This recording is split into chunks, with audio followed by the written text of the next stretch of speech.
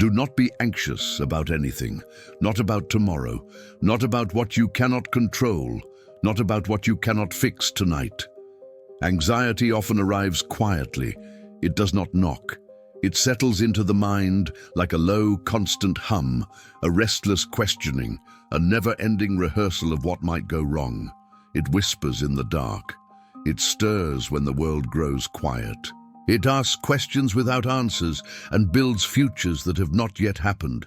But you were never meant to live there. Worry does not prepare you for what is coming. It only steals what you have now. And so the invitation is not to pretend problems do not exist, but to refuse to let them rule your heart. In every situation, not just the big ones, not just the desperate ones, not just the moments when everything is falling apart, but in every situation, by prayer and petition, with thanksgiving, present your requests to God. Not perfectly, not eloquently, not with polished words, but honestly, come as you are, with trembling hands, with tired thoughts, with questions you do not yet understand. Prayer is not performance, it is presence. It is not about impressing heaven, it is about opening your heart. You do not have to organize your pain before bringing it. You do not have to solve your doubts before speaking them. You do not have to be strong before you kneel. God does not wait for clarity. He listens in the confusion. Petition is not weakness. It is trust. It is saying, I cannot carry this alone. It is admitting this is heavier than I expected. It is choosing surrender over control and thanksgiving, not because everything is perfect, not because all answers have arrived, but because even now, God is still present. Gratitude does not deny pain. It reframes it. It reminds you that even in uncertainty, you are not abandoned. When you bring everything, not some things, not safe things, not filtered things, but everything, before God, something changes. Not always the situation, not always the timing, not always the outcome, but you and the peace of God, which transcends all understanding, will guard your heart and your mind in Christ Jesus. Not a fragile peace, not a temporary peace, not a peace that depends on circumstances, a peace that stands, a peace that watches, a peace that does not need explanation. This peace does not come from knowing what will happen next.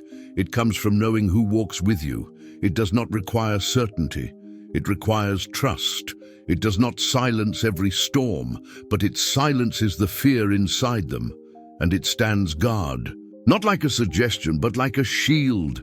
It protects your heart, the place where fear tries to build its home. It protects your mind, the place where worry replays itself. It does not erase reality, it reframes it. You will still have questions, you will still face uncertainty. You will still walk through seasons that feel too heavy, but you will not walk them alone. Anxiety tells you that you must solve everything. Peace reminds you that you are held. Anxiety rushes, peace waits. Anxiety tightens, peace breathes. Anxiety asks, what if? Peace says, even then.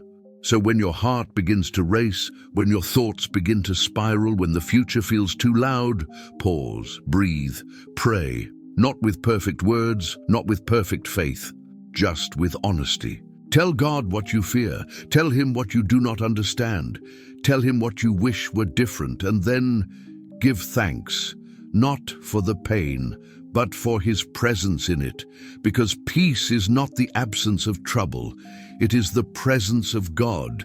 And that presence is stronger than any storm. So do not be anxious about anything. Not because life will always be easy, but because you are never alone in it.